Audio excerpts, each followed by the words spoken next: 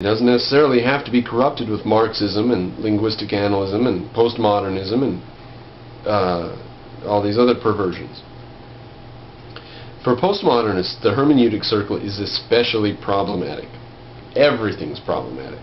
You know, those university papers that get published by the thousands titled "The Problems In" or "The Problems Of" or "The Problems With." This is a result, the problematicness is a result of the fact that in addition to only being able to know the world through the words we use to describe it, that's an assertion. We're only able to know the world through the words that we use to describe it.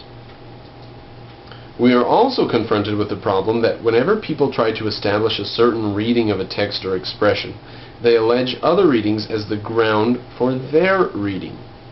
So your interpretation implies and refers to and cannot be understood without immediate reference to all the things in your context. So anyone interpreting a text has to be interpreted, and all of their interpretations and the things that they interpret from their sources have to be interpreted, and those people have to be interpreted. The D mentality, scattered. There's no similarities. We can't simplify this. There's no principles. There's nothing that's similar. There's nothing that we could draw any concepts from. It's all fragmentary and disintegrated.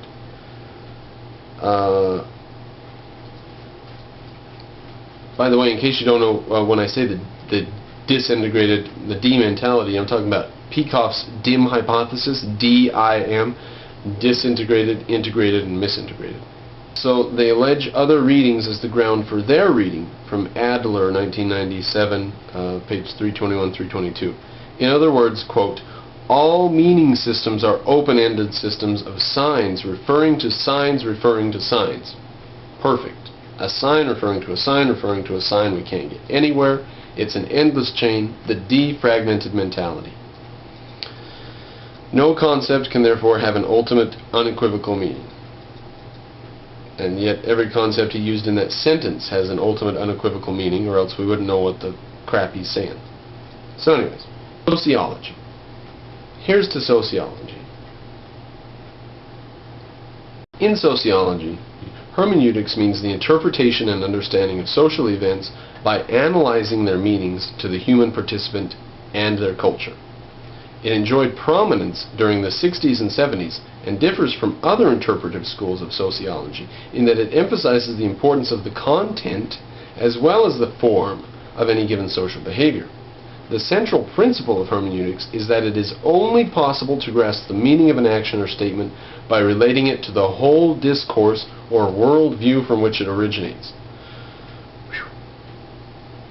For instance, putting a piece of paper in a box might be considered a meaningless action unless put in the context of democratic elections and the action of putting a ballot paper in a box.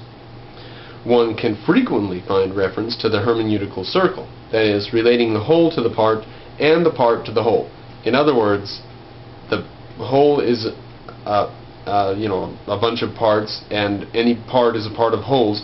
In other words, a thing is what it is, and its parts are parts of what it is part of. I mean, they're affirming the law of identity, and then they go off in the silliest, strangest directions from these statements, because they're stated in these weird ways. For example, if you're reading Aristotle, relating to the whole to the part and the part to the whole, it's true that if you read every sentence of Aristotle, you would have extra meaning than if you just read his Ethics, for example. But it's not true that you don't get any meaning from it if you just read his Ethics. You could just read his Ethics. And in fact, you could get actual, real, take home in your pocket valuable meaning from just reading a few passages in his Ethics. So this idea that we can't know what the guy's saying until we know all the stuff that went into him, and we can't know what that is until we know all the stuff that went into each one of the things that went into him, is just to make it possible to publish a lot of papers on the subject so that professors can move forward in their university careers. Now, it goes on and it has a section on law, computer science, international relations in hermeneutics, a little more on religion. But that's the end of what I want to talk about with it. I wanted to do a video on hermeneutics for quite a while now.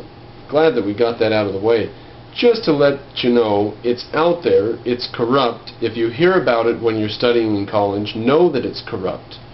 And if you don't know the colleges are corrupt, be aware of the fact that hermeneutics is corrupt, and it's in lots of different branches within the college.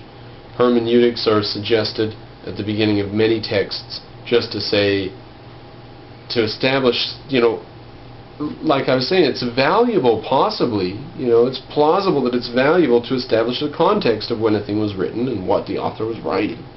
But this stuff that you can never know what the writer means, because the writer has so many references and you can never know what they all are, and you can never get anywhere, is meaningless. It's stupid. So there's hermeneutics. Here's to linguistic analysts. May they choke on their own words.